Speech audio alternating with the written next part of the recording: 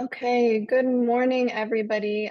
Thank you guys for joining. We are so excited that we're able to have this event for you guys. I want to welcome you guys to the CuddleCot online conference. Um, Today's event is bringing together healthcare professionals, advocates, and also thought leaders across the US. So our goal here is to try to maintain and share what we're doing to get a higher standard of bereavement care across the US. I'm Danielle, so I am the Business Development Executive for the US for CuddleCot. And I am also a lost mom, so this is very near and dear to my heart, making sure that we are promoting bereavement care across the US, getting a standardization so all lost families are able to, have the same excellent care from each hospital that they're at. So again, thank you for coming.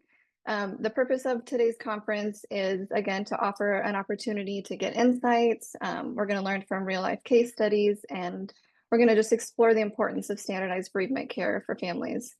All of our speakers that we have with us today are working in bereavement care advocacy, and we are super honored to have them. So I want to say thank you to our speakers. We have speakers ranging from systemic leadership to legislative initiatives and everything in between. Just to share for those who were not on to start with, we do have a Q&A session next to your chat at the bottom of your screen. You'll see chat, react, share, and then a Q&A. So if you have specific questions, we're asking you to put them in the Q&A rather than the chat so we can do a good job at monitoring that and making sure that those questions get answered at the end of the conference today. So put those in the Q&A.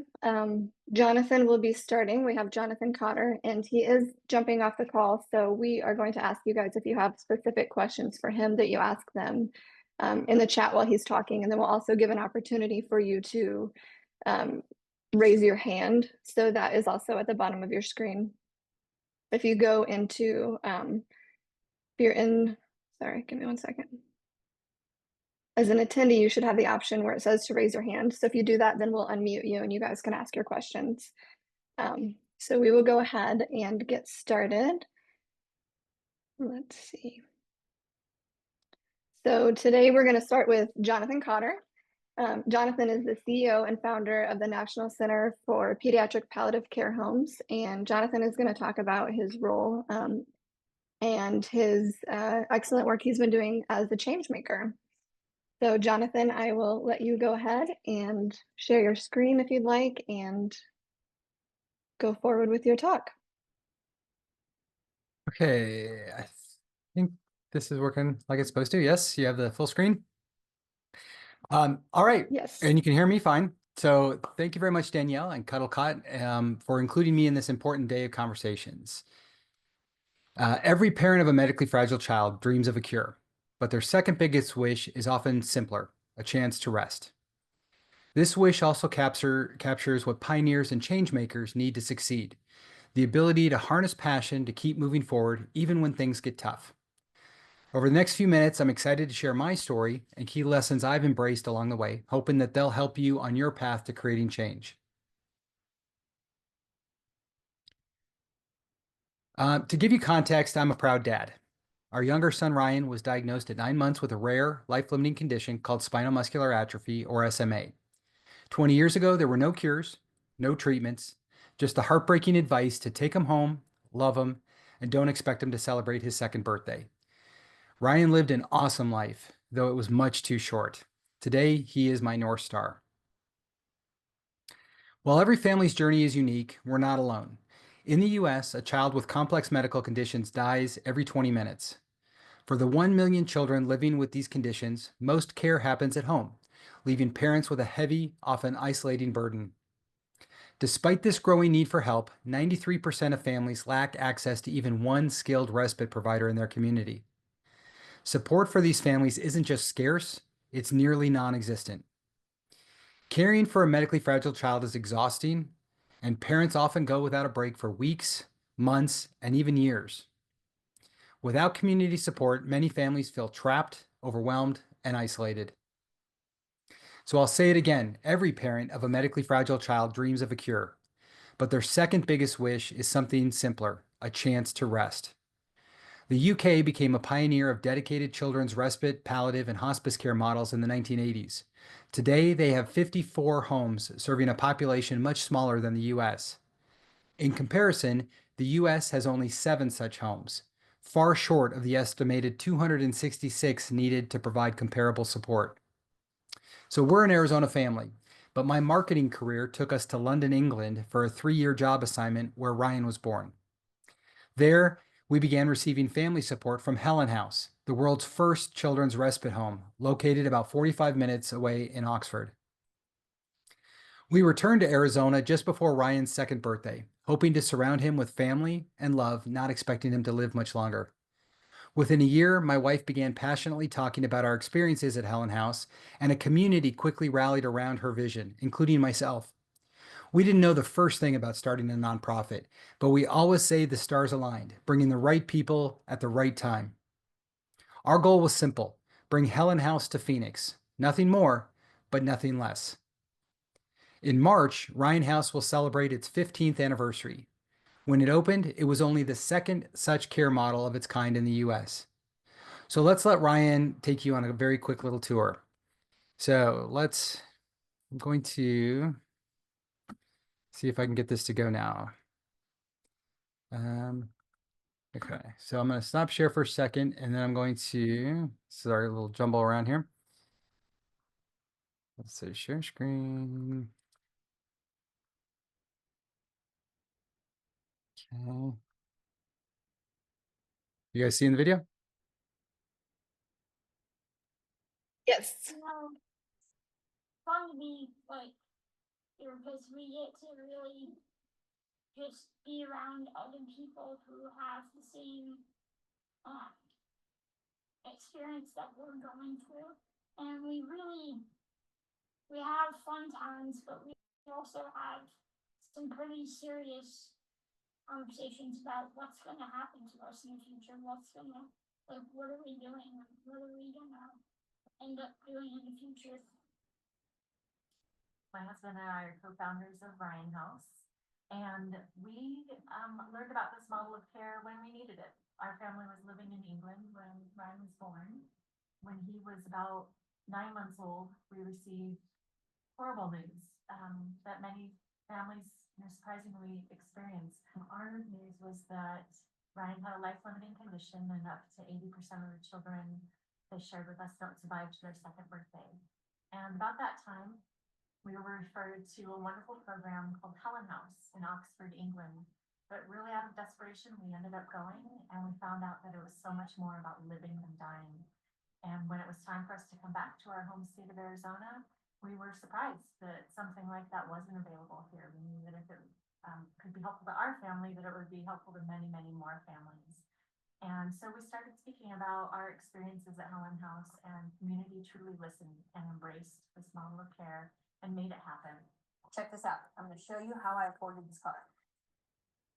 All right, so we're going to get rid of that. We're going to go back to, so let me stop sharing for a second. Now we'll get this going again. Oops. Okay.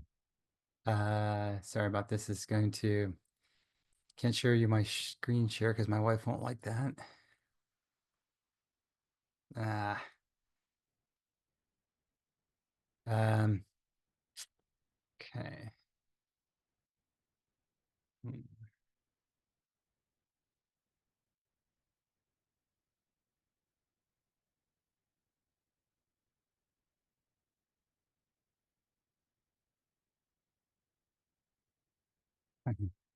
Sorry, this is taking a second. My wife will kill me if I share you my share screen, so. Um, it's not really PowerPoint.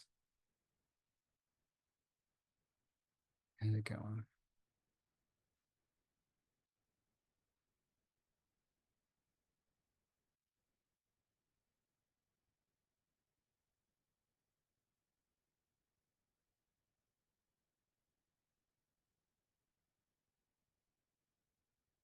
Okay. Now what are you seeing? You're seeing my notes, or are you back to the screen? Okay, so let's Your notes. solve this. Now you're seeing the screen again? Yes. We're back? Yes. All right, well, we'll just go with this. Um, okay, so all right, so now let's kind of talk about how all this happened. All right, so the first tipping point was really Ryan's diagnosis. This photo on the left was taken a few weeks before we received the devastating news our world was shattered. Returning to Arizona, we began with small advocacy steps, like a run team raising funds for Ryan's disease. The license plate from those days is still on my car today. It's a reminder that we now have 3 FDA-approved treatments for SMA, but there still is no cure. So momentum started for Ryan House with incorporation in 2004. The incredible community leaders that had begun to rally around us became our first board members, and I became the first board chair. I was the one that filled out all the 501c3 paperwork and to secure our nonprofit status with the IRS. And my wife and I became very active spokespeople, sharing our journey and experiences from Helen House, since there were no other references here in Arizona or even in the United States. As the community began to rally around us, we often say that while we weren't alone, the project needed a poster family and it needed passionate leadership. Thanks to countless amazing people, including my wife and myself, who persevered, Ryan House became a reality. 6 years later, in March of 2010, Ryan House opened and Ryan was there to be part of it. And that was a milestone that we had protected our heart from believing could even happen when all this began. During Ryan's life, I stayed very involved in the board, attending events, and our family benefited from overnight respite regularly at Ryan House. Meanwhile, across the US, other passionate leaders began forming nonprofit organizations to pursue similar community-based care models. The yearning for national leadership grew from the need to unify best practices and amplify a shared voice of change. But during those years, no one really stepped up, including myself, as I was focused on my marketing career and my role as dad. But then Ryan died. This photo was taken a few months before his death at the age of 17. He was midway through his senior year at high school, accepted to Arizona State University, and ready to live in the dorm independently the following fall semester. So his death hit me really hard. It became another significant tipping point for me. After deep reflection, my wife and I agreed that I needed to go all in on driving change for our children's healthcare system, beyond grassroots efforts or parent advisory councils. I shut down my marketing career and went back to school to complete a master's in public health from Johns Hopkins, working on this gaming computer that Ryan and I built together. I studied and still home office in this bedroom. This is where he lived. This is not where he died. So I graduated in 2021 and I knew I wanted to impact change, but wasn't sure how. I considered joining Medicaid, but after discussions with CMS leadership, I realized that change within government might be too slow for my own ambitions. Around that time, other community-based children's home leaders nationwide began rallying around me, much like during the early days of Ryan House. I recognized that maybe now I am the person to bring this national leadership to scale these programs.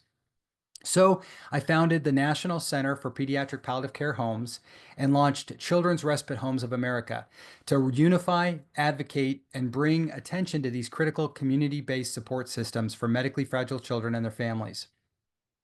Our new organization recently celebrated its second birthday.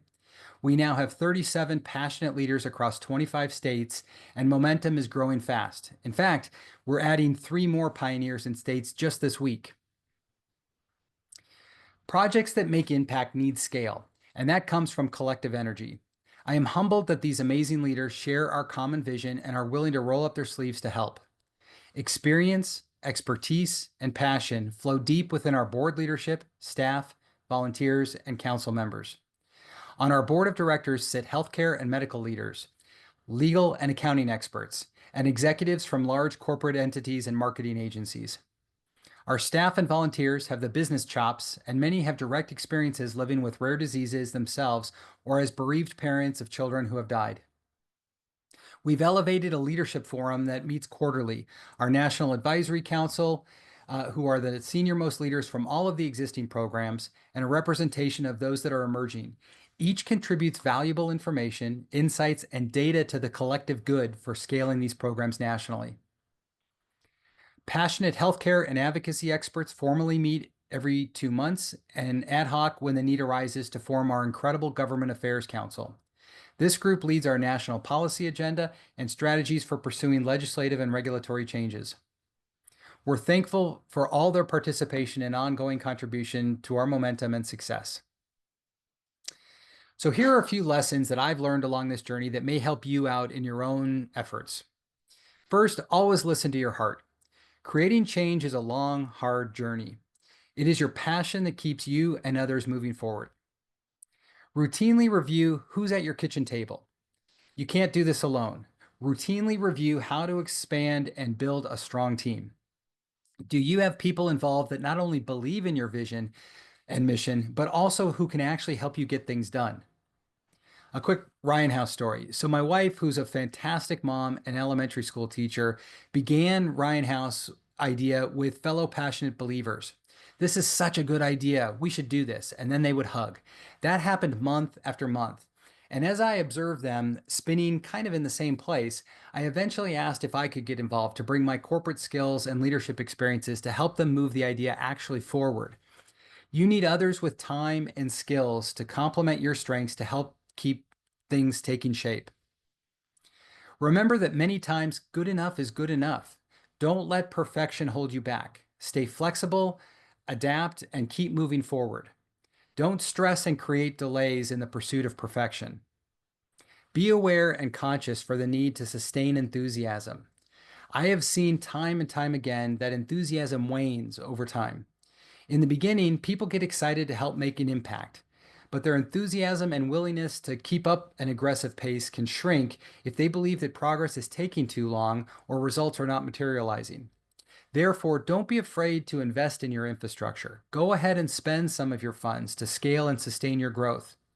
For example, early investments to hire a professional executive or development director can quickly pay off and help your organization take it to a next level. Another example may be to formalize a donor database software system instead of using an Excel spreadsheet. These investments could help your team be more efficient and stronger, which can deliver visible results and allow others to focus on the big issues like raising more money. Finally, here are a few philosophies that help keep me focused on driving change. 1, get comfortable in the gray. Change is seldom black and white. When I'm told no, that doesn't mean no, that means they don't know. I need to help them understand. Have passionate persistence. Keep a smile. Recognize that everyone is busy, so I need to be the one to keep pushing things forward. A question I often get asked is, how did we do this? My answer is, we hug. If someone reaches for a handshake, I didn't connect with their heart. Lastly, remember that standing still gets you nowhere. If you can't see a vision or a solution to a problem, then I need to move forward and get to a different position so I can reassess and see where we need to be heading next. So thank you for sharing this time with me today. I hope my story and journey have inspired you to pursue your own dreams. Here's wishing you the best in all your efforts. And now, let's go change the world.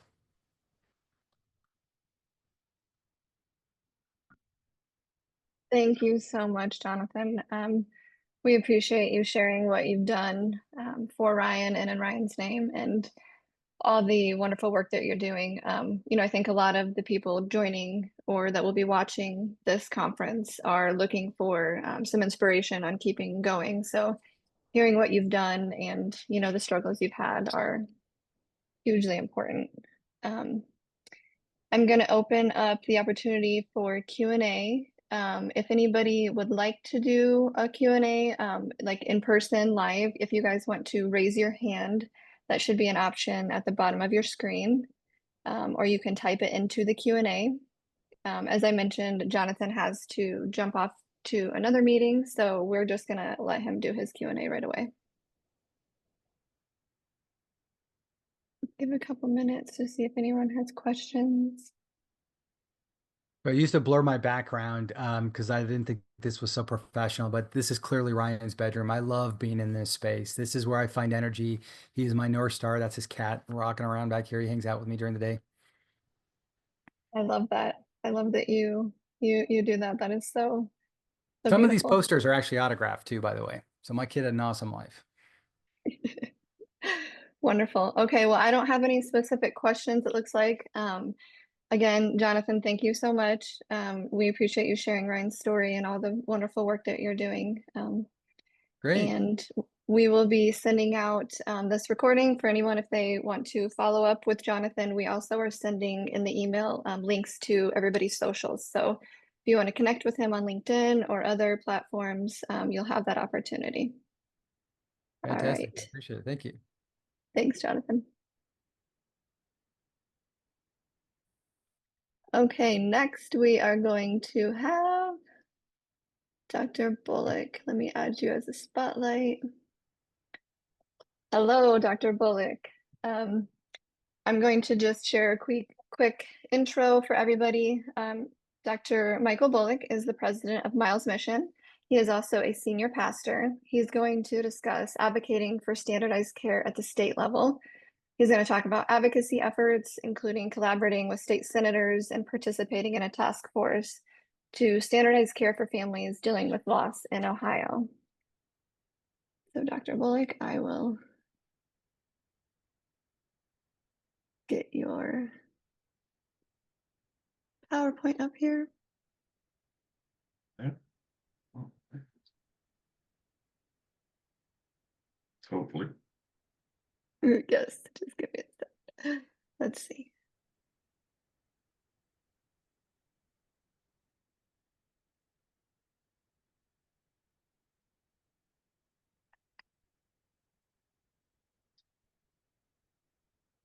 There we go.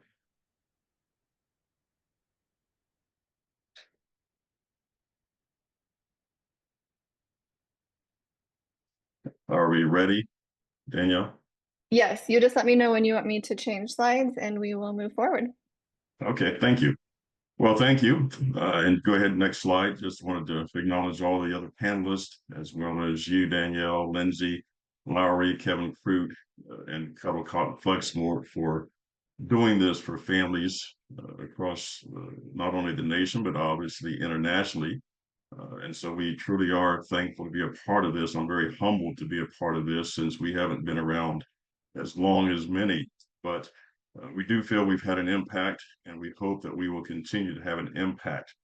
So one of the things that we have found in our short tenure as Miles's Mission, we've been around for about 18 months as a nonprofit, but as we've done our work, there are challenges to trying to do standardized work in hospitals and in government agencies. And so this challenges, if you go ahead, next slide, please. So next slide. So if you go ahead and look, what we came up with, we put together a small team of our advisory board. And one of the team members, she is a vice president of a major hospital in Columbus, Ohio. And she's also the director of nursing for the labor and delivery. So she was very intimate with pregnancy and infant loss. Another one is she does a lot of strategic planning. She's an educator, PhD. And then we had another nurse who we put together this list of elements that we believed were some of the challenges that we are facing and would be facing if we were trying to do some kind of standardization within the hospitals. The first, of course, says resistance to change. Now, this is not necessarily the nurses or anyone at the grassroots levels. We felt this was more administrative because we found administrators don't always want to see things changed, especially from those who are from the outside. We also found that there's a lack of consensus. In other words, there's a disagreement when it comes to the different levels of care for pregnancy and infant loss. What is the importance of it? Some saw it as important, where hospitals have a lot of different programs for bereavement coordinators and the nurses staff and physicians, whereas other hospitals didn't even have a CuddleCot, such as the case was for my daughter Jennifer, who lost Miles. And so we looked at that area. We also looked at resource constraints, funding, finances. We were actually able, as Miles's Mission, to help a neighboring hospital to develop a bereavement fund through their foundation, because a lot of the money that was coming in for their bereavement was going to other areas within the hospital because it wasn't designated. And so we see that sometimes hospitals don't always utilize their resources for areas such as pregnancy and infant loss, because of the next category that we discovered was the deniability. And it's not that they deny that there's pregnancy and infant loss, it's the fact that they don't want to highlight it, talk about it, share it, discuss it, because most hospitals, as I was told by one specifically to my face, they just want to talk about things of hope and life. And so we realized that there's a sense of deniability through these hospitals that we had to address. And the last is missional focus instability. What that means is that oftentimes the mission statement of a hospital doesn't comply with, nor conform to, nor is consistent with what is going on in families of loss, the pregnancy and infant loss areas of labor and delivery, that sometimes their mission statement is not focused upon those things that are important to those families. And so we looked at those elements, these 5 elements, as challenges. And so then we came up with these 3 questions as criteria. So if you could, Danielle, the next slide. What, who, and how. Obviously, we have who, what, where, when, and how that is out there, but we only came up with these 3. The what. What did we want this to look like? And what do we want to accomplish through what we're trying to do with standardization? What level of impact are we going to have? The who was about who are we going to have involved? Who's going to help us to implement what it is that we're trying to do? Or as Kevin just said, who's going to sit at our kitchen, or I'm sorry, Jonathan just said, who's going to sit at our kitchen table?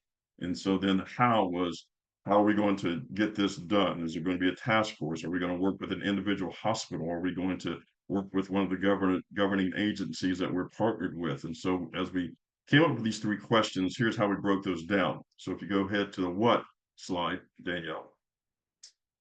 The first thing we realized is that there's a limited element, and many of you would probably agree with this, on data collection. In Ohio, Columbus, specifically at Ohio State University, we have the SOARS report through Ohio State University's Medical College. And SOARS stands for Survey of Associated Risk in Stillbirth. And annually, they collect data from moms of loss, and they put out a report. You could go to Ohio State Medical College website or just type in SOARS. And they got this from Utah. The state of Utah did this report as well. And so what they do is try to find ways by which moms of loss are not being supported, not being helped. And this data was something that we were using, but it still doesn't give us the completion of how many actual losses there are. Miscarriages, of course, is very difficult, but stillbirths, you can look from anywhere between 21,000 to 24,000. There's no exact number.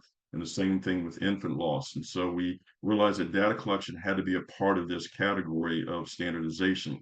The hospital support, it was not just about supporting the hospital, but more so the staff of nurses and doctors who really do care and have a passion for what it is that we're trying to do in terms of education and training, and not just the clinical part, but also being able to recognize that there's practical measures that nurses are learning of how to handle families and what to do with families.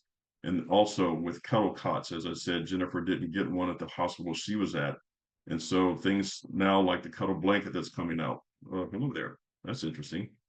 And so as we looked at some hospitals not having bereavement programs or coordinators or doing anything in terms of aftercare. And so we looked at that part of it. And then the individual/family support is, how do we deal with things in terms of aftercare, supporting the families, funeral services, funding for those moms who are single, and all the different elements of what's going on. Now, one of the things that we are also researching and digging into, and I just want to take a second to mention this when it comes to individual or family support, especially for mothers of loss, we are finding that there's an element out there called fetal maternal microchimerism, the fetal cells of the child. So that in this research, and I'm not going to go deeply into it, but in the research, we're finding that it's not just psychological, that a mom of loss is dealing with what's happening in her mindset.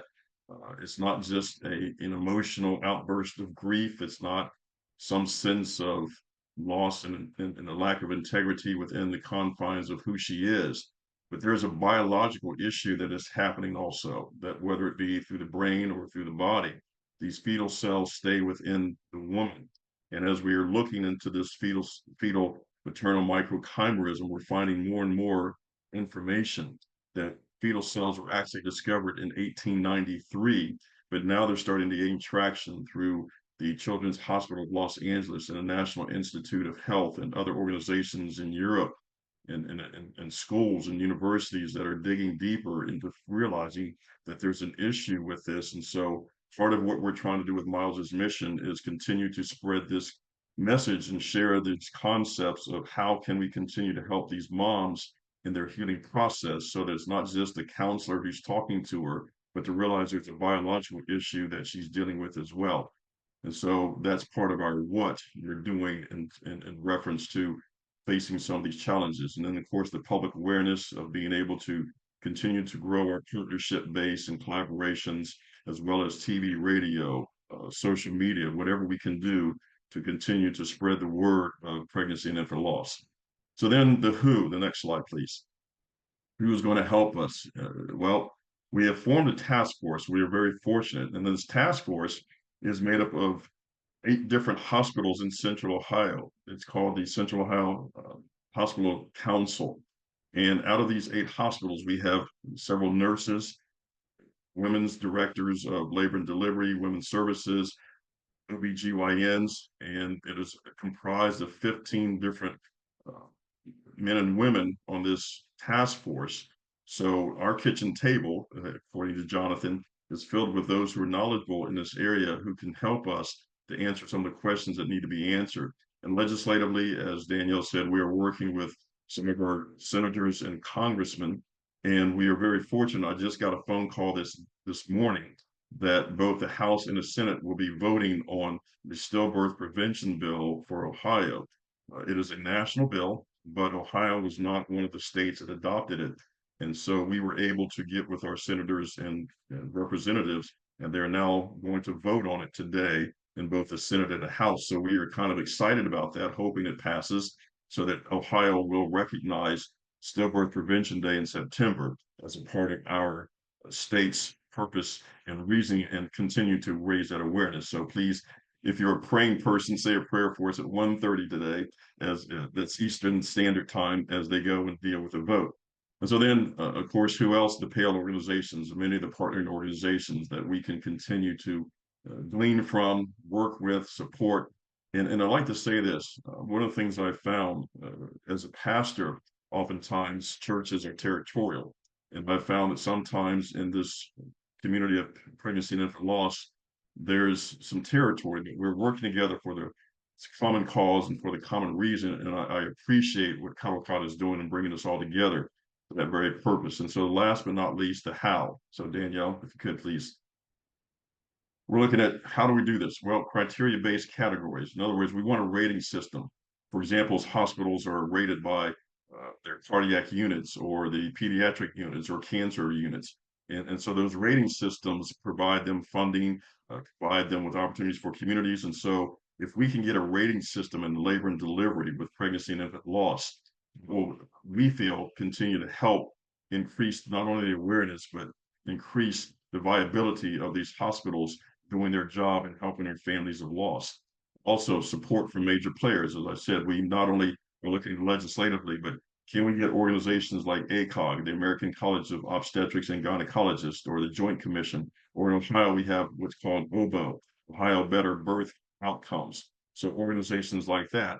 And then also, as Jonathan said, how do we stay the course? How do we maintain this energy? Well, we feel that if we can continue to get more and more organizations to be partners and help us, and we help them, it helps us to stay energized and enthusiastic and stay the course to be able to do what we feel needs to be done, but also the effort and energy of what we are doing. And so if you noticed on these slides, there's butterflies. And so Danielle, if you go to the last screen, Jonathan said, what I'm saying is you don't just wake up and become a butterfly. Change is a process. And so we feel that while we do want to see change happen and we want to see this standardization become a reality, we know it's a process. We know that it's going to take some time. And also, as he said, the government doesn't change quickly. And me, who is a type A person, who is impatient, it is very challenging. But at the same time, I know it's a worthwhile cause. We are doing the things that we feel are necessary. We have our next task force meeting December 9th, and we're continuing to move forward. And so, whether it's snail's pace, rabbit's pace, or turtle pace, we're going to keep moving forward for the purposes of doing what we feel is necessary to help these families, such as ours, to recognize that standardization should be a part of our culture in our nation's hospitals, because we never ever want to happen to somebody else what happened to us. And so thank you again for allowing me to share our story, to share our mission, to share our work, and to share what we're trying to do.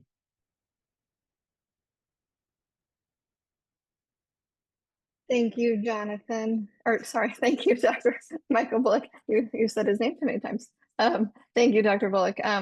I would like to say that the work that you're doing is hugely impactful. I think we can all agree that getting legislation to change can be a turtle's pace. So the work you're doing is definitely wonderful. If you guys have questions for Dr. Bullock, if you want to put them in the Q&A, we'll go over them at the end. Otherwise, I'm going to have the opportunity to introduce Hannah. So give me one sec.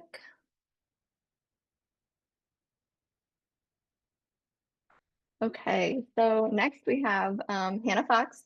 Hannah is the Director of Nursing at Banner Health in Arizona. She's going to talk about leading and advocating for standardized care across the health systems. As a leader in her health system, Hannah is going to share her experience promoting consistent, compassionate care across various facilities. So Hannah, I will let you have the floor. Thank you, Danielle. I've already experienced all the motions so far, so I'm excited. I was definitely super touched by Jonathan and inspired by Dr. Bullock. So I'm excited to get us all together. But yes, as Danielle has mentioned, I am a Women and Infants Director here at Banner Health, and I have been for the last 4 years. But I've been involved in perinatal nursing since 2003. So today I'm really excited to discuss how we can lead and advocate for standardized care and bereavement care specifically. This topic is really close to my heart because my background in bereavement care was actually developed early on in my career. I was really fortunate to learn from one of the best. I had a preceptor who was our department's bereavement coordinator, and her mentorship and my personal experiences over the last 21 years have really shaped my perspective on how critical and how important providing consistent, compassionate care during some of life's most challenging moments is. Now, I know that we are all here as like-minded individuals, but I hope you don't mind me taking a slight turn in my approach to this topic. Because when it comes to grief, which is always a part of bereavement care, standardization is about creating a universal language of compassion.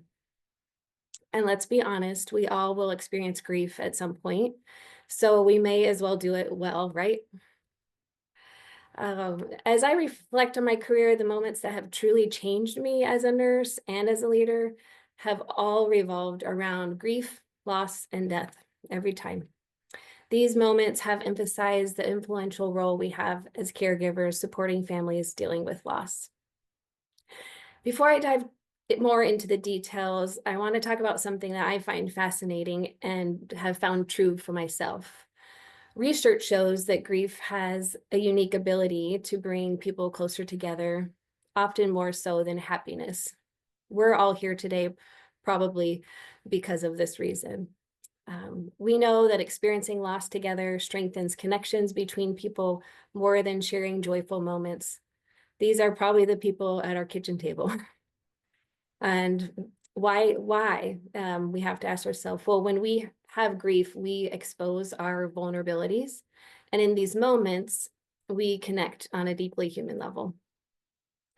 When we think about our lifelong friendships and close family members, we typically have stories that talk about remembering awful times together.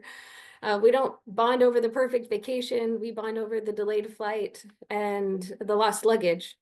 I think a popular term for that now is maybe trauma bonding, which is likely a whole other subject. But in healthcare, these are the moments that of shared grief that create connections between our families, our staff, and even entire communities. So when most people think about perinatal nursing, they often assume it's all about joy, new life, healthy babies, and happy families. While these are certainly a part of the work, they definitely are not the whole story. Perinatal nurses also face profound challenges too. We encounter families on the hardest days of their lives, and our role is to walk beside them through loss. And that's where we have the most incredible opportunity to make a difference for both the families and the caregivers. As a leader, my approach to bereavement care is centered more on supporting the nurses who provide the care. My philosophy is that nurses can better serve their patients and family when they feel equipped, supported, and empowered. This means addressing their needs on multiple levels. Bereavement care is about care itself. Now, I don't have a presentation for you, but if you want to take notes, write down the word care. And that's what we're going to walk through here.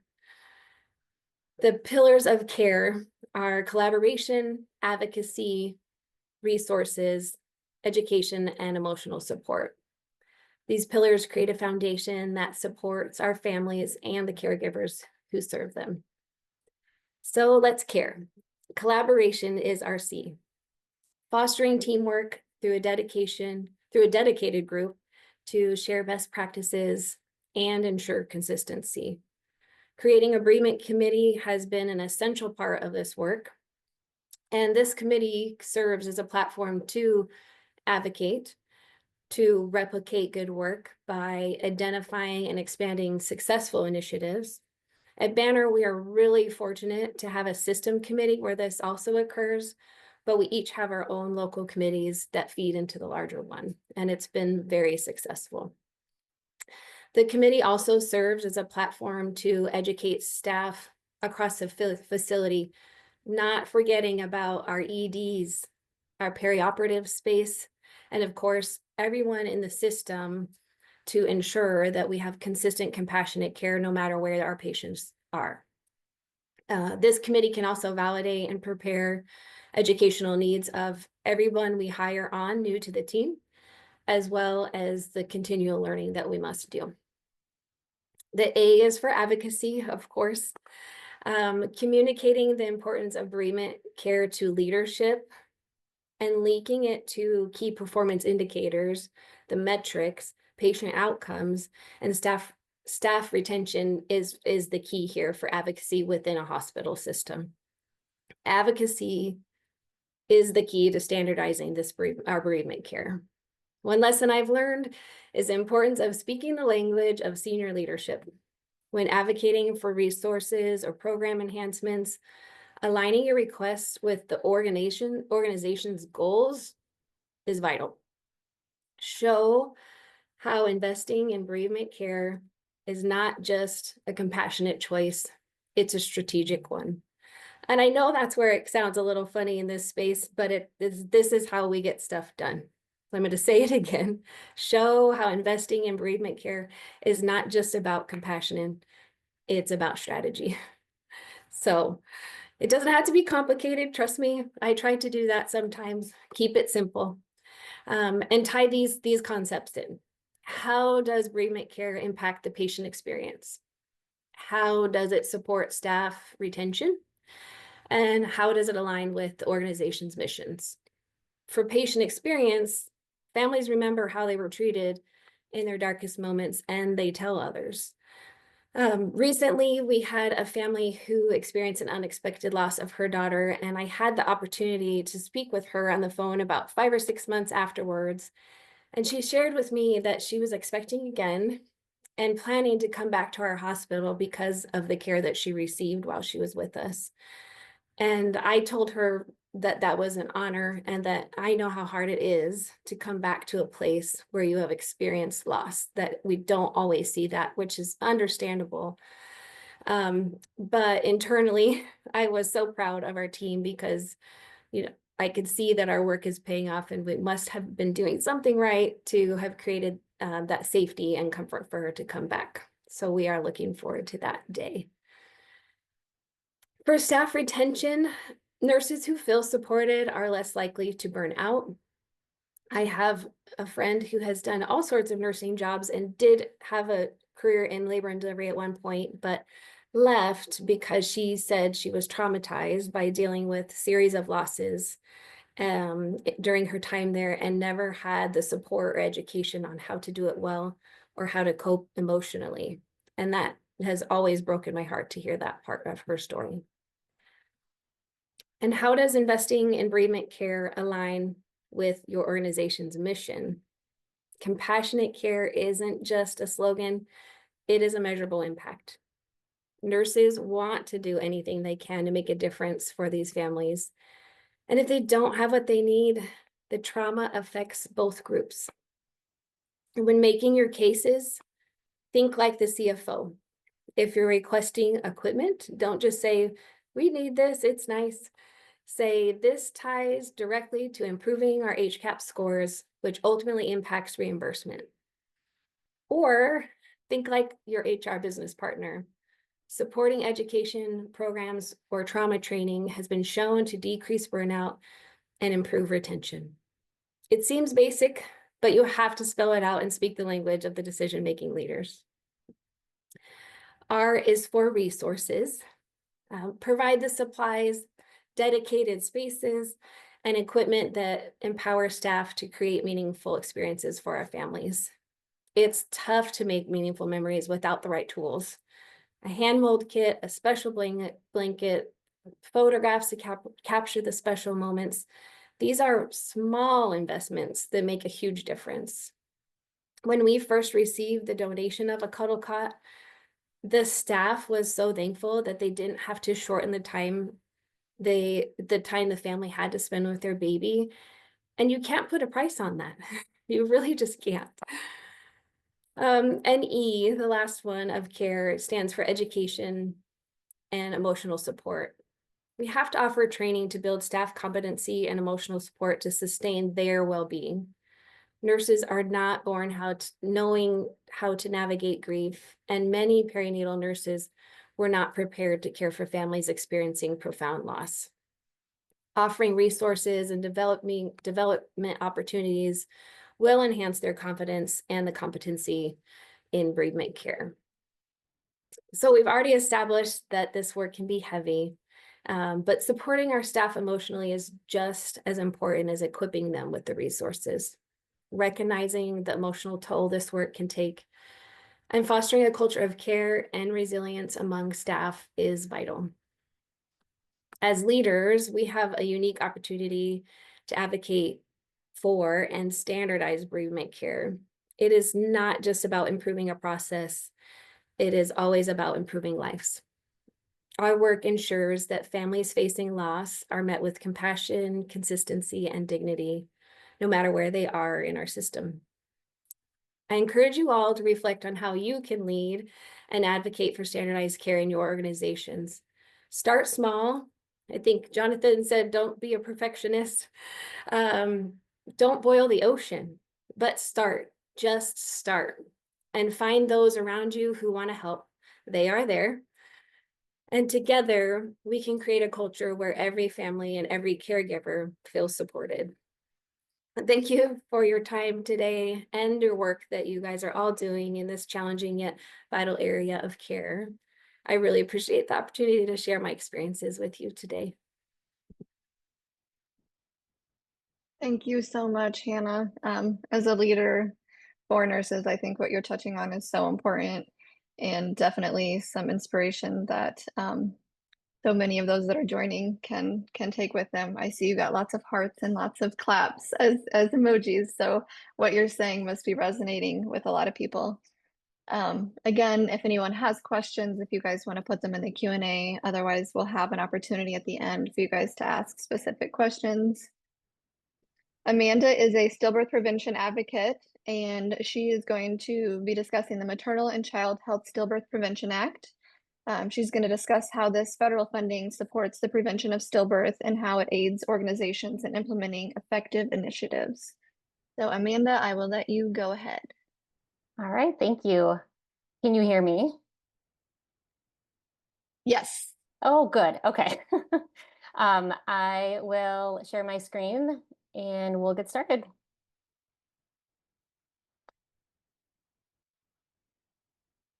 All right. So, like Daniel said, my name is Amanda Duffy, and this photo is a picture of my daughter Reese. Reese Christine Duffy was stillborn on November 2nd of 2014 at 39 weeks exactly.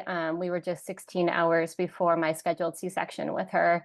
And she is the catalyst as to why I'm here today. So before she was stillborn, I didn't even know that stillbirth was something that I should be on the lookout for. I didn't know that I was at a higher risk of stillbirth with carrying polyhydramnios.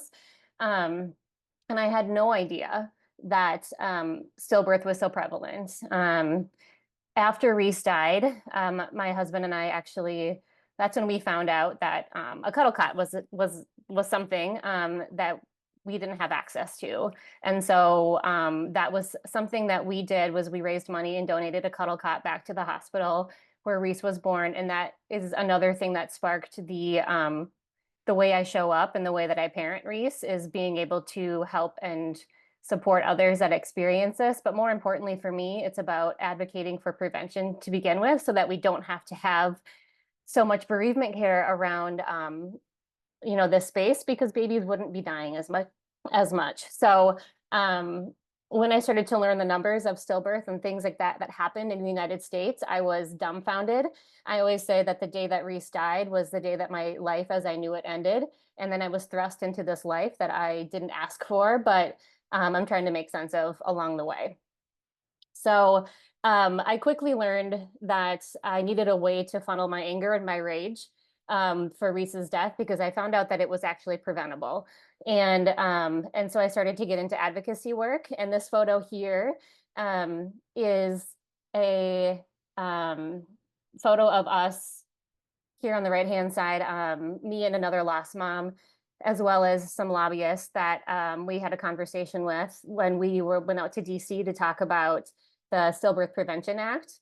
We were trying to get as many people aware of stillbirth to begin with, but then also that there are ways for us to be able to prevent it. And so this advocacy at the legislative federal level and the state level is a way for me to be able to honor my daughter Reese. And so hundreds of meetings were set up, not just by me, but a large number of people that were focused on prevention, whether that's other lost families or other people that work in the nonprofit space that are trying to make this change. And ultimately, the Stillbirth Prevention Act bill was passed May, I believe, of 2024, which is huge, because before that, stillbirth lives in the shadows. I mean, it still lives in the shadows, but it's starting to kind of creep out. And the only way that we can make change is for people to acknowledge that it happens, start to talk about it, and start thinking about how can we force change. And so with this Prevention Act, what that means is that the word stillbirth is added to Title V funding. So if a state would like to use their Title V funding to prevent stillbirth, awesome, they should. They could have before this bill passed. Many states just didn't. And so this is all about awareness.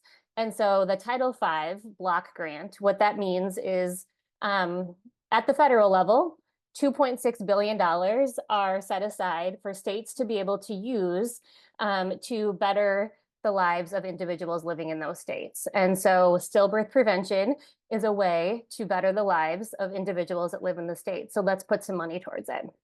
After that bill passed, the Biden-Harris administration hosted a panel discussion. And you'll hear from Debbie in a little bit, but she's actually in this photo as well. I believe she's right here. She was at the table. But there were other folks here in the room, as well as directors of NIH, There was ACOG individuals there. There were individuals from the CDC, and they were talking about stillbirth prevention. And one side of the table was talking about how we need to do more. And it was a really, really impactful conversation, starting at that federal level. So like I said, one of the ways that I parent Reese is through advocacy. And with that block grant that the federal level of government has, the state of Minnesota, which is where I live, does not use any of that money for stillbirth prevention. So I decided to try to pass a bill that would allocate money for stillbirth prevention. I started in 2023 and the bill did not go anywhere. 2024, I was able to get the bill passed. So this photo is where I was testifying to the Health and Human Services Committee with Senator Pa, who is also in this photo, and she championed this bill. And now what this means is that we have $210,000 in the state of Minnesota allocated towards stillbirth prevention. It's a 3-year pilot program. There is information, there's education out there that can help stillbirth from happening to begin with.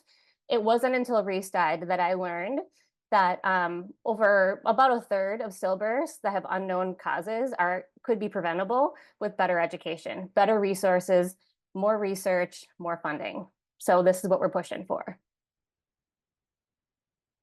And what does that education look like? So you can see this map here. Every yellow state has stillbirth prevention funding that's currently being used. You'll see the bluish colored states, there's counties within those states that have funding, but not the state level. Minnesota will start implementing in January, which is super exciting.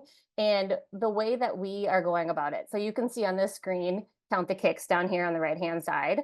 This is the focus. This is the prevention education that I believe in and that I'm focusing on. So I'm a volunteer for a nonprofit called Healthy Birthday, which is based in Iowa. And they have a public health campaign called Count the Kicks. And it's all based around the importance of educating folks on the consistently tracking fetal movements in the 3rd trimester. That was something I was not educated on when I was pregnant with my daughter, Reese. I was familiar with her kicks, but I was not consistently tracking. I didn't know I should. I didn't know how, and I didn't know why. And so I didn't, but I was concerned about her movements at one point and brought it up to my provider and learned or was told just to kind of calm down and enjoy the last few days of my pregnancy. And ultimately she died. So I figure if we can save just one baby, then Reese's death was not in vain. And so this funding that I'm currently using in the state of Minnesota has been proven to save babies' lives with this education. And so this screen here, you can see this is just a handful of babies that have been saved because of the education about consistently tracking fetal movement that was disseminated into different states. There's 30 states that currently have this implemented, this health program implemented, and 20 of those states are using the health department funding. So what Count the Kicks is a highly effective evidence-based stillbirth prevention program, and it was developed to be able to educate folks, like I said, on the importance of getting to know your baby's normal, why we're counting. Oftentimes stillbirth is not talked about until it happens. It shouldn't be like that. Talking about stillbirth isn't going to make stillbirth happen. Not talking about stillbirth ensures that it's going to continue to happen. And so let's not shy away from the conversation, but let's empower people with information that can make really big changes. Count the Kicks started in Iowa by a group of 5 moms who experienced the death of their babies. And they decided if we can just save one baby, why not do it? So they're currently seeing this rate of saving between 1 in 3 babies at risk of stillbirth in Iowa. Let's just take a quick look at what that looks like. So the national average you can see is the red line of stillbirth. The little dots are the rates for Iowa.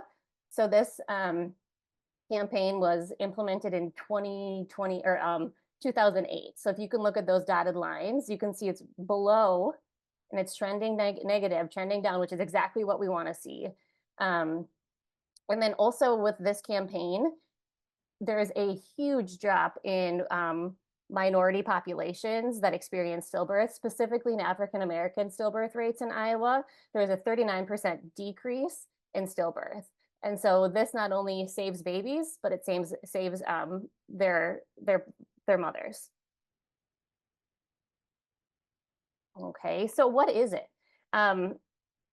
What happens with Count the Kicks is this information. So if your state or if your hospital system or even if your insurance organizations at, in your county, in your city, decide to say, yes, we want to put money towards this, it will be given to every provider, anybody that works with a pregnant person, as well as the person who is pregnant, and educating them and getting to know their baby's normal.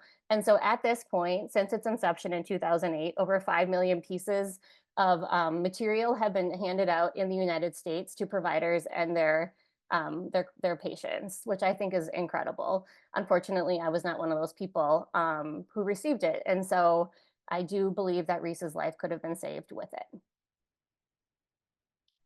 So what it does is, there's some outdated information out there that providers are giving pregnant people that will say, 10 kicks in 2 hours. As long as your baby gets 10 kicks in 2 hours, you're good to go. But not every baby is the same. And what Count the Kicks is all about is getting to know your baby's normal. So perhaps your baby takes 15 minutes each time you're counting in that third trimester. That's great. That's your baby's normal. Other babies could be taking an hour. That's their normal, but you're doing it consistently. If all of a sudden you get 1 day or 2 days where it's 2 hours it takes your baby, and normally it's 15 minutes, that's outside of the norm. That's when you want to contact your provider. And so we're really teaching people and providers that it's really great for people to get to know what's normal for their baby in that third trimester, because they're getting into movement patterns. But it's really hard as individuals. We're busy. It's hard for us to remember to track it. It's hard for us to remember, oh, what was that baby's movements again? I can't remember. There's a free app for it. So you can download that app. You can tap the little foot when you're deciding to count those kicks, and it just makes second guessing less so, because it's got historical data.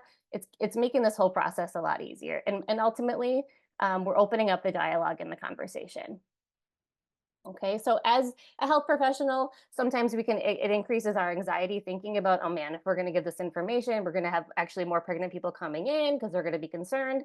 That's not actually the case. There's research behind this that women and pregnant people who have this information are actually less likely to visit labor and delivery, because they're more empowered with the content and the education on how to do this effectively.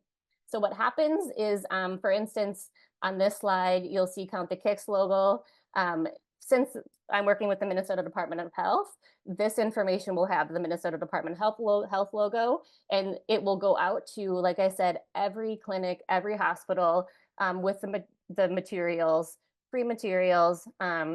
The app is available in 21 different languages. And again, it's just getting information out to the folks that need it. Another way that we partner too is we get this information, we get the funding, and then doctors and clinicians are given Count the Kicks materials. We really want people to not be scared away from talking about stillbirth. It happens. It doesn't always have to happen.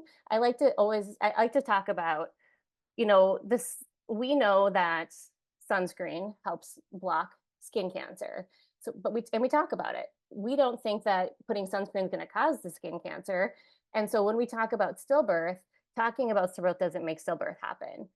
Not talking about stillbirth makes stillbirth happen. And so not shying away from the conversation, but empowering people to have these open dialogues about how do we prevent this. And then also additional deliverables to things that we can do working with clinics and hospitals. We do training, CE credits for this. Social media ads, we've got buses in the area that have big banners. There's so much that we can do, and it's really just doing what that clinic or what the health department would like, but it's working together and it's creating change and saving babies at the same time. I truly believe that no parent should have to hear sometimes these things just happen, which is exactly what I heard after my daughter Reese was stillborn. They shouldn't have to hear that unless absolutely everything was done to prevent it to begin with. And that's not currently happening. So I'm really grateful for the opportunity to talk about this.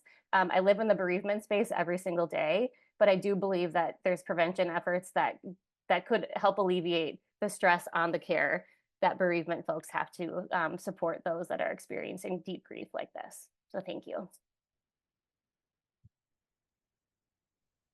Thank you so much, Amanda, for the wonderful work you're doing. I think it's super important, like you said, that we're not just being quiet about stillbirth and pregnancy and infant loss, because it's not decreasing it. It's just, hiding it and not giving us the opportunity to do the work that needs done to prevent it.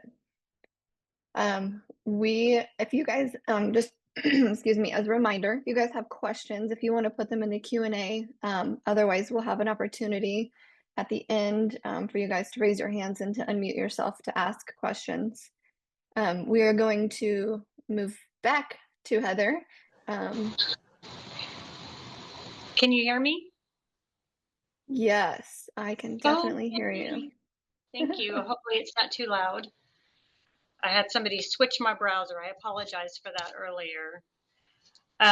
Thank you again so much for inviting me to this discussion. I think it's very, very important. I am the bereavement nurse coordinator over at Methodist Hospital Sugarland, like Southwest Houston area in Texas. And I've been a nurse for about 30 years now, and 20 of it I was an L&D nurse. In the last several years, I want to say 8-9 years, I've been doing more NICU transition, but I've still remained the bereavement coordinator because it's just a passion of mine. It kind of came to me. That's one of the things that we were never taught in nursing school, is how to deal with bereavement and how to deal with loss. And I think that's one of the biggest things that I have come across with new graduates and other nurses, that they're afraid. They don't know what to say when they walk into the room. And so I was thinking of ways to try and make this a better program. When I first got here, I didn't like the stuff that they had, so I kind of made a binder for myself and started to share it amongst our hospital staff. And then I got together with Brittany. One of our CRNAs lost her baby about 3 years ago, and her and 2 other moms or friends of hers that have also experienced loss, one at 37 weeks, one at 24 weeks. They were there supporting her, and they came up with this nonprofit called Mothers of Held Angels, which we call MOHA. And she came to me and she started telling me about her program, where they will come to the bedside for our moms of loss and, talk to them, support them, and also support them outside the hospital. And she also mentioned to me about a CuddleCot, and I go, what is a CuddleCot? I have been a nurse for years and years, and I've never heard of a CuddleCot. And she started telling me about it and said that they want to donate one to our unit. So of course I said yes, and what else can I do? So we've been collaborating, and now we've had a CuddleCot on our unit for 3 years now. We actually have 2. And we've also, with the program that I had already been developing, they also provide boxes that mimic kind of what I had already started. They have boxes with bears, and we do memories and molds, and we have other donations for moms to spend more time with their babies. I'm just trying I work with palliative care. I work with spiritual care, social services very close. We all get together. We work on these patients. We actually, this morning, I was in the room with the mom that had a 27-week delivery a couple days ago, actually on Saturday. And I was in her room thinking that she was going to be discharged this morning. Her husband was at Texas Children's. We had to life flight her baby out because it was critical. And so we're in Sugarland, which is Southwest, and about 30 minutes away is the Med Center, Texas Children's Hospital. So the baby was shipped out there yesterday morning.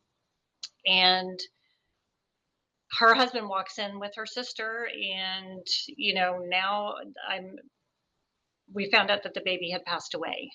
and the baby's at another hospital. So I immediately contacted Brittany with MOHA.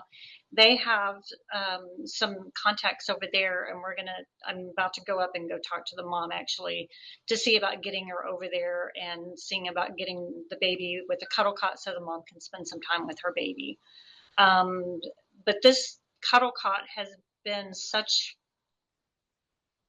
a joy to have on our unit for these parents. And it's hard as a nurse, and because we're not just treating the moms, we're treating the families and getting this word out. And so I've been working very closely with MOHA and getting the information out there and training my staff on how to speak to these patients and how to help these patients, not just once they leave the hospital, beyond. Mothers of Angels, they hold a coffee every Thursday in Fulshire, which is southwest of just a few minutes away from here, where moms can come and sit and talk with other moms of loss. They will come to the hospital and they will sit with these patients. Brittany actually came. We had a 17-weeker lose their baby yesterday. I was up here with them as well. And she sat at the bedside and just talked with this mom. And then they follow up with her with phone calls, and we try and call phone calls. But we're here to create memories, and I'm trying to teach staff, and I would like for this to go hospital-wide, which I'm working on duplicating my binder on step-by-step actions on what to do, because even though we need to get bereavement talk out there and have people talk about this, it's not cookie cutter. So one way doesn't work with one patient because everybody deals with bereavement in a different aspect. But it's teaching our staff and other employees, not just the nurses, but housekeeping and spiritual care, everybody that's involved on how to speak with these patients and how to get them that support. It's just a process, and I have been so thankful, and the patients have been so thankful to be able to have that extra time with their patients, and to make memories. And we do the footprints, we have little special blankets, and we do pictures, and we work together really, really well. We actually on our unit, we have lanterns. So when we have a loss on our unit, we hang it up because it notifies the rest of the staff that, hey, you need to kind of keep it down a little notch. We have somebody who's at loss and they don't want to be hearing you laughing out at the desk. So we have different things going in that direction. So I'm hoping that we can expand more. I'm hoping that we can get more information out there and standardize this across the nation, because I just think it's very, very important. It's been a learning process for me, and I keep myself available 24/7 to all my staff. So if they do have a problem, I mean, it'll go 6 months and they won't take care of a mom of loss, and when they do, they're panicked. So I can't take that pain away. I can't change what happens, but what I can do and what our staff can do is that we can actually try and make a difference in these families. And we've had people come back to our hospital after a loss to have their rainbow baby because of the care that they got during their loss. And that just goes so far in as being a nurse. I'm always learning new things. I'm always trying to figure out a new way of doing things to get this across. But giving these patients this extra time in their room because of this CuddleCot has been enormous. And when we first got the CuddleCot, there was a little area where the administration, I guess it didn't go through the proper channels at first, and they were a little upset, and they were like, oh, you can't use that. And I'm like, no, I'm going to do what's best for the patient. We're going to use it. Even if I have to keep it in the back of my car, I will bring it up here and use it for my patients. But we eventually got this approved. We had to do a lot of explaining and education to our administration to be able to keep this CuddleCot on our unit. And it took several months. And with the help of MOHA and our staff, we got this, going in our hospital. I appreciate everything that everyone else is doing, and I've been taking little notes on everything that y'all been doing, because I learned from other people and I would like to learn from other states on what y'all do to handle this. I really appreciate being involved. I don't have anything kind of set, because like I said, this isn't a cookie cutter type of situation. And like I said, we have two situations going on here at the hospital that I've been dealing with for the last couple days and last week. And it's amazing, that we're able to provide that care. And I would like to make this program grow even more and get this education out to the staff and other nurses. And one of our educators came up to me, and I've been speaking to a lot of our graduate nurses that are being hired at our hospital and letting them know what bereavement is. And, they're like, oh my gosh, I would never even thought about what we would do in that kind of situation. So that's what we're trying to educate everybody in our department. We also do, we've also included this bereavement stuff, education in our competencies every year. So this year will be the second year that we are educating all of our staff on what we do as a bereavement program. So hopefully that helps. I wish I could get into more details. Just I might get pulled away because I think they're calling me for one of the moms. They're having some issues. So, but I appreciate you letting me take the time to kind of tell you what I do. So thank you guys. Thank you, Heather, for all the wonderful work that you're doing. I think, just sharing some of the ideas that you've came up with, some of the ways that you're getting your leadership to understand what's needed. I think sometimes it's important that we share with nurses and inspire them that if there's something they want, they're the boots on the ground. So to have the power and the to feel empowered to go to leadership and say, here's what we want and why we want it. That's important. Yeah. Okay. Well, I will move us over to, we have Debbie Hain, BJ Bergia. I hope I said that right. And You did. yay! So Debbie is a stillbirth parent advocate and mother of Autumn. She's going to share her 13+ year advocacy journey to make stillbirth a national priority. And she has the Shine for Autumn Act. I'm going to put a document in the chat for everybody to take a look at. Debbie's going to talk about how the Shine for Autumn Act serves as part of the solution to our stillbirth crisis. She's also going to touch on the importance of improved data collection, research, and education, and why it's so urgent that Shine gets passed before the end of this year. So this is going to be a call for action as well. Thank you so much, Danielle, and thank you, Lindsay and CuddleCot and Flexmore for hosting today's conference. I'm honored and grateful to be here. Becoming a stillbirth parent advocate was never part of my master plan, but then again, neither was losing my daughter. On July 7th, 2011, my life veered horribly off course during what should have been a routine second trimester checkup when my OB could not detect my daughter Autumn's heartbeat. As I lay stunned on the examination table, my whole world came crashing down around me. The moment that I brought Autumn into this world, the woman that I was supposed to be, the mom that I was going to be, was lost forever. Hearing everyone talk today, it was the abysmal care that I actually received at the hospital after Autumn's stillbirth that really served as the impetus for my advocacy work. It's hard not to sit here wondering how different my grief journey might have been had I received the kind of dignified and compassionate bereavement care that we've been hearing about. I don't think there's anything that I can say that has about bereavement care that hasn't already been said. So as Danielle shared, I'm going to talk about how I channeled my pain into purpose and my journey to making stillbirth a national priority. After Autumn died, my doctors did me a huge disservice by leading me to believe that my losing her was as rare as being struck by lightning. It left me feeling ashamed and as if I had something to do with her death. Even worse, I suffered in silence because no one, not even myself, knew how to talk about her stillbirth. At the time, we didn't have social media. I was given a handout on a monthly support group at the hospital, but there was nowhere for me to turn. And so I turned my energies into research and trying to understand why she had died, because I struggled horribly to understand how I, as a woman who had been pregnant 3 times had successfully birthed one child, didn't know what a stillbirth was or that I was at risk. Definitely never thought that anything like this could happen to me.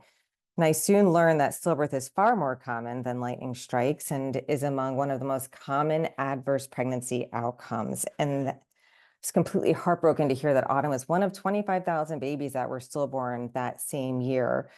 None of it made any sense to me. And hearing that stillbirths were not only, more often than not preventable, but that they were occurring in healthy and low-risk pregnancies just compelled me to take action. And so I was determined to find a way to put stillbirth on the map here in the US, not just for Autumn, but for all babies lost too soon. And so nearly 13 years, 2 months and 14 days ago, I ventured into the uncharted waters of stillbirth advocacy. I spent years engaging with folks at the state, national, and global level to help me better understand the scope of the problem that was holding us back. Initially, I believed that stillbirth was just tragically being neglected because people didn't know that they were happening. But as I delved deeper, I realized it was beyond ignorance, and it was systemic barriers and a lack of prioritization that were what really stood in the way of progress. In 2016, the Lancet Medical Journal published an entire series on ending preventable stillbirth, which celebrated the successes of all these other high-income countries were making it, and reducing their stillbirth rates while highlighting how horribly the US was lagging behind. Those of us in the stillbirth community were convinced that this series was going to be the catalyst for change here in the States, driving long overdue action. And so when I was invited to join a call with top decision makers to discuss the state of stillbirth in our country, I couldn't help but feel a sense of hope.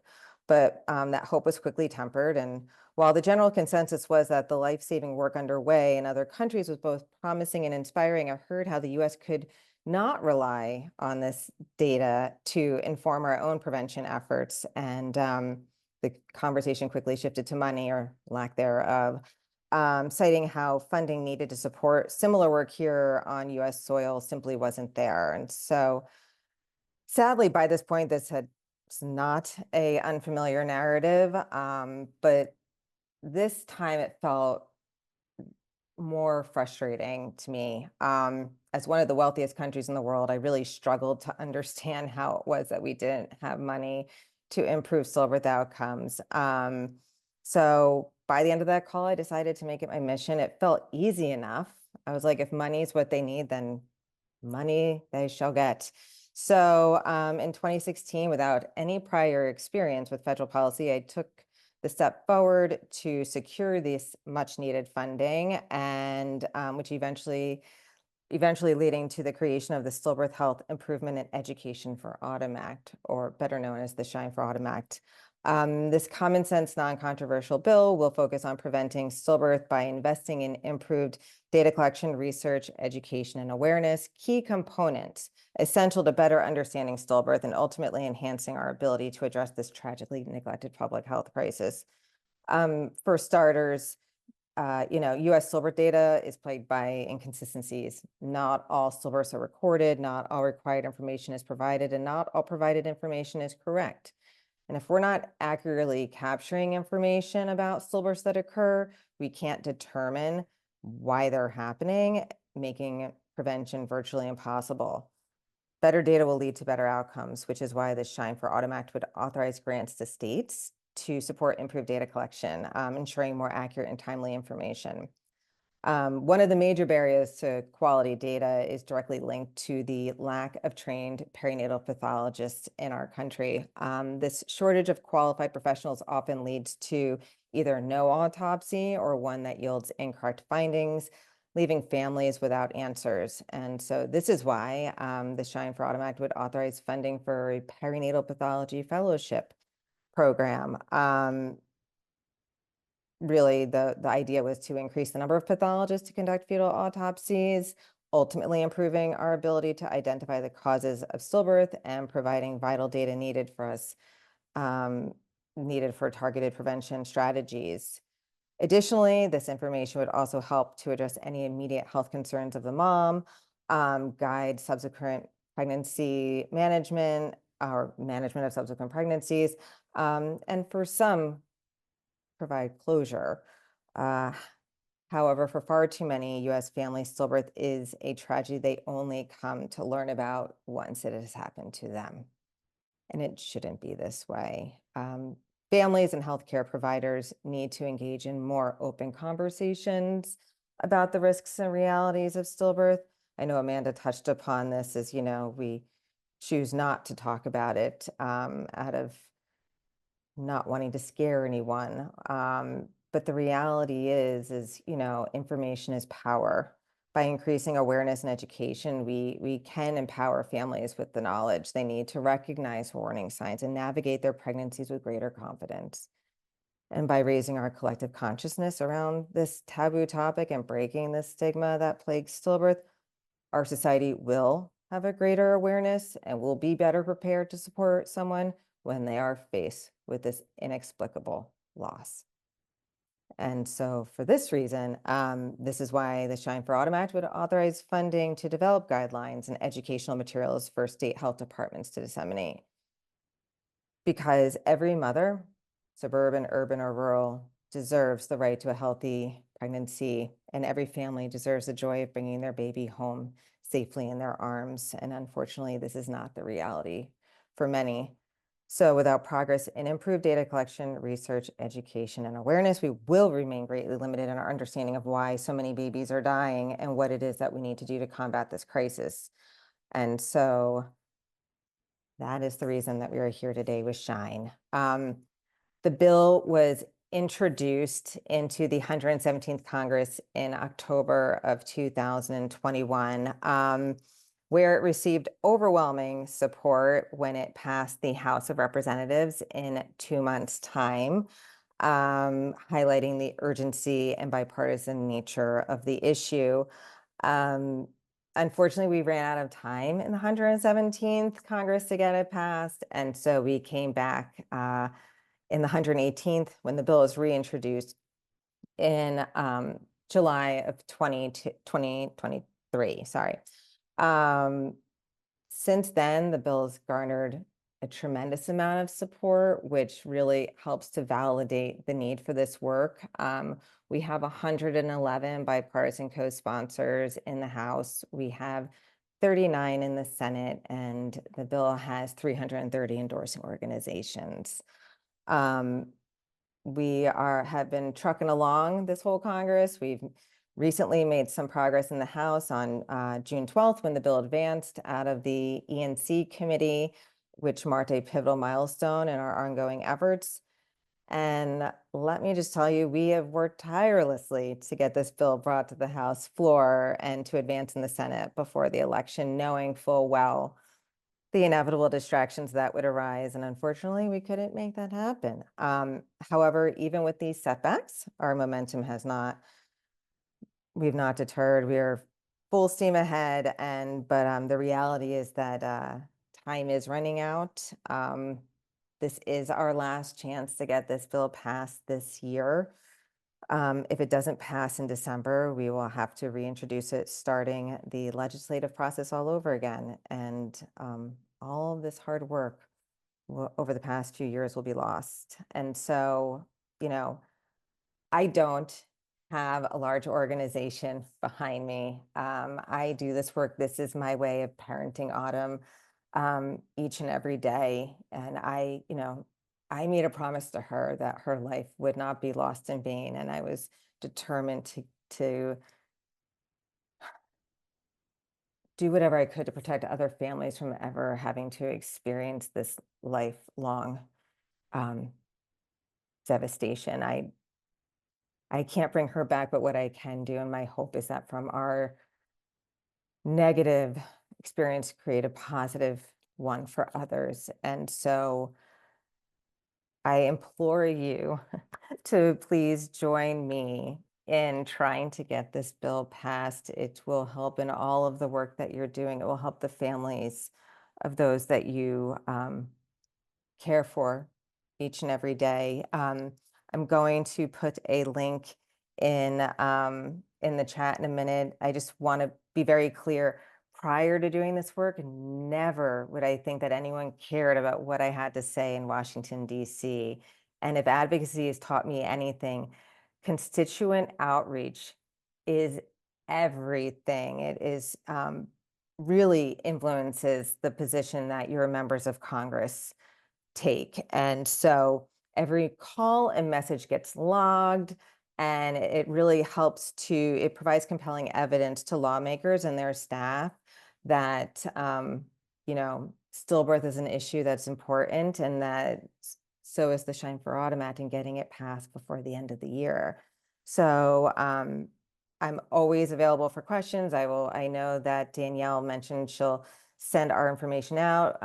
Please follow Shine on Instagram at Shine for Stillbirth. You can email me. I will, again, put this link in the chat, and just know that we have never been closer than we are today to ensuring that this work gets funded and gets done, because until Congress makes stillbirth a priority, the issue really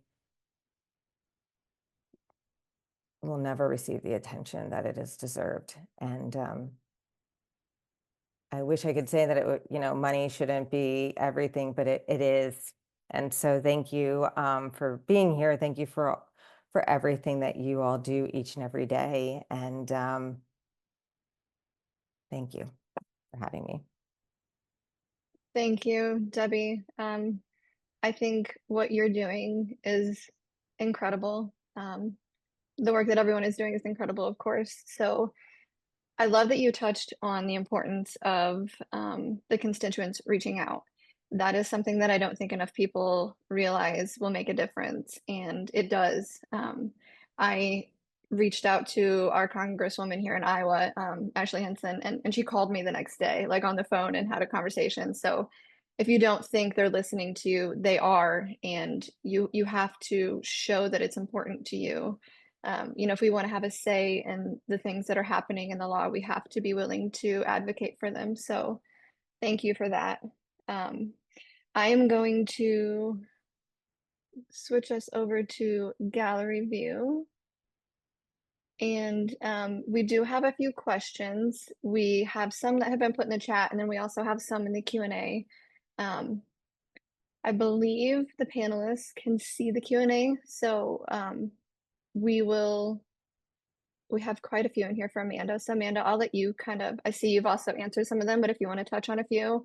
And as an attendee, if you guys want to raise your hand, and we can take some time to unmute you. I realize we have gone over, so if you guys need to jump off the call, you can do that. We will be sending the recording, and that will include the Q&A as well. Again, we'll be sending out a follow-up email. This will have a survey for you guys to fill out, and then excuse me, some links to all of our speakers. So let's see what we have for questions. All right, and somebody asked if there's a recording. Yes. So Amanda, it looks like you already responded to this. Someone was asking, they teach childbirth education, and they discuss safety of infants before and after birth. They use Count the Kicks materials throughout Arizona, and they talk about counting the kicks, but they're wondering how to encourage pregnant parents to count the kicks. And those who already experience anxiety, how do we get this to happen without them becoming obsessive with the amount of kicks? So I'll let you speak to that. I see you, again, you also answered that. So yeah, I can still touch on it briefly. So it's very common for this initial conversation to spike anxiety. And so what I'll always say is the best thing you can do is advocate for your baby and get to know your baby. And advocating doesn't have to wait until after the baby is born. And so if this is spiking anxiety, I guess I would say, how do you feel if the baby is stillborn and you didn't count kicks? Would you feel good about that outcome? Would you feel like you've done everything you possibly could? And if that answer is no, and you're avoiding this piece of it, I guess having a deeper conversation and asking how more can I support you as a health professional to help you feel like you want to advocate empowered to do this. It's just a great way to be able to bond with your baby, maybe pulling in a sibling, pulling in a partner to do this at the same time. And it's really about consistency. So this information is not meant to scare anybody. It's just a way for people to connect with their child before their child is born. And so if you can consistently find a time of day, maybe it's 7 p.m. at bedtime with your with another sibling, and doing that together, it can become a really great way to connect and be able to form a relationship before the baby is born. Thank you. And Hannah, I didn't know if you had, I sent this to you, if you have something to talk on, just to, share about as nursing staff, and Heather, you can touch on it as well, what you guys are saying to these patients who come in who are super anxious, and, you're wanting them to count the kicks, but you also don't want them to sit obsessively over it and stress themselves out. Yeah, for me, I always have told every patient, like, peace of mind is always worth it. So I don't know if I have direct advice on how to, prevent them to get obsessed about it and have it create anxiety. But I did always focus on that we're a safe place for them, and peace of mind always counts. So if they already have a maternal instinct, and so they have to listen to it. And don't let anybody ever tell you not to. And if that means you show up in my triage every single day, then then you do it. And that's okay. And it's a hard thing also to teach nursing, because, there are teams where we've had to say, like, hey, put yourself in their shoes, and so that's my take on it, is that I just make sure our place is safe for them to come no matter what. I love that. I think it's important to have that open door. I know when, I've known other moms that were pregnant and they've called and just kind of felt as though they were brushed off. And, similar to like what Amanda mentioned as well, if you fear that something's going on, it's better to go in and have nothing be going on than to sit at home and then, wonder what if. So, somebody else said they love the info on count the kicks. They have seen an alarming amount of patients using Dopplers in place of doing kick counts and are not trained on use. She's educated staff and providers to better educate patients that this is not to be used for reassurance. So is there a way that we can get this out to the population? I think having these available on, you can buy them on Temu, you can buy them on Amazon, is definitely not helping. So if anybody has, something they can touch on what we can do to maybe discourage parents from utilizing a Doppler as the reassurance that baby is okay. I can touch on this a little bit. So typically what I'll tell pregnant people is that babies' hearts will beat until they don't. And so you can listen to the heartbeat and think everything is fine, but that does not give a general idea of how the baby's overall health is. And that goes back to the movements. And so I'll always say, as an adult, when you're not feeling well, you move less, you conserve energy, your movements change. And it's no different than when a baby is not feeling well or not getting the nutrients that it needs. They're going to change their normal movement patterns. Maybe that means they rest more. But that heartbeat they're still beating. When I'm sick, I'm not feeling well, I'm laying on the couch, my heart is still beating, but clearly there's something else that's going on. Absolutely. So if anyone has questions that they'd like to unmute for, under React, you guys can, you should have the opportunity to raise your hand. So if you do that, it looks like we have one person. Pamela, I'm not sure if you are still interested in asking the question, but I will unmute you. If you are wanting to, go ahead and ask your question.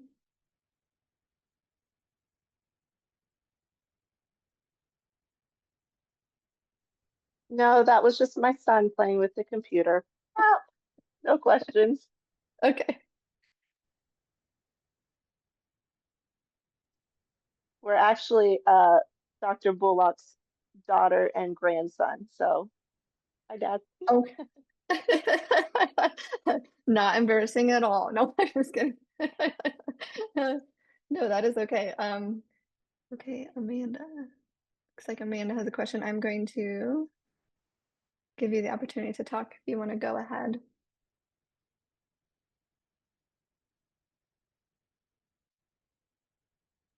And you'll have to unmute yourself. There you go. Go ahead. I'm trying to develop education for our nurses. I have a binder that's there, but we don't have the education piece added yet. And I remembered I think it was Heather that had education built into their competency. How would I get an example of that, or something that we could adapt to our education thing? We have Epic and Workplace. And so, not necessarily copying it per se, but definitely giving me a way to get that into our annual training, so that, as new nurses come in and turn over, I can make sure that people are educated and feel competent to give the care that we need. I can answer this. I think Heather's had to leave. But Amanda, are you a part of a bigger health system by chance? We are with HSHS, and it's in, I believe, in Wisconsin and Illinois. Okay. If you're not there, I would say don't recreate the wheel, because this education's out there. Okay.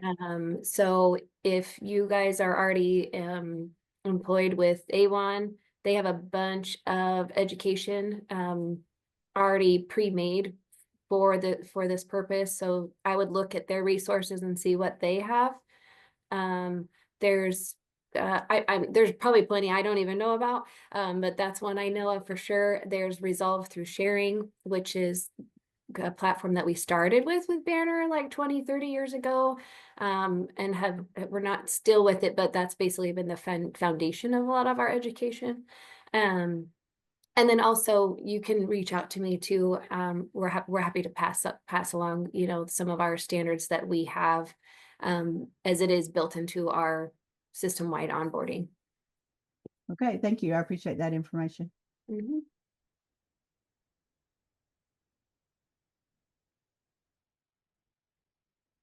We also we offer free online training on the CuddleCot website. So I posted a link in the chat there. As Hannah mentioned, there's lots of great organizations that are providing training for nursing. Some are free, some cost money, some you can get CEUs with it, and others not. So definitely don't reinvent the wheel, as Hannah suggested. Make sure if you have other nurses that you reach out to, if you're part of a larger group, maybe see what they're doing as well. But I posted in the chat the link to ours, and then Hannah mentioned some other ones as well. Okay. How do I get that? I'm not very computer literate, and so how do I get that from chat to something that I can print out? What I can do, I'll write down your name and I can send an email to you, and you'll also be getting a follow-up email, and we'll make sure that we include links to the things that we're discussing in our questions as well. All right, thanks. You are welcome.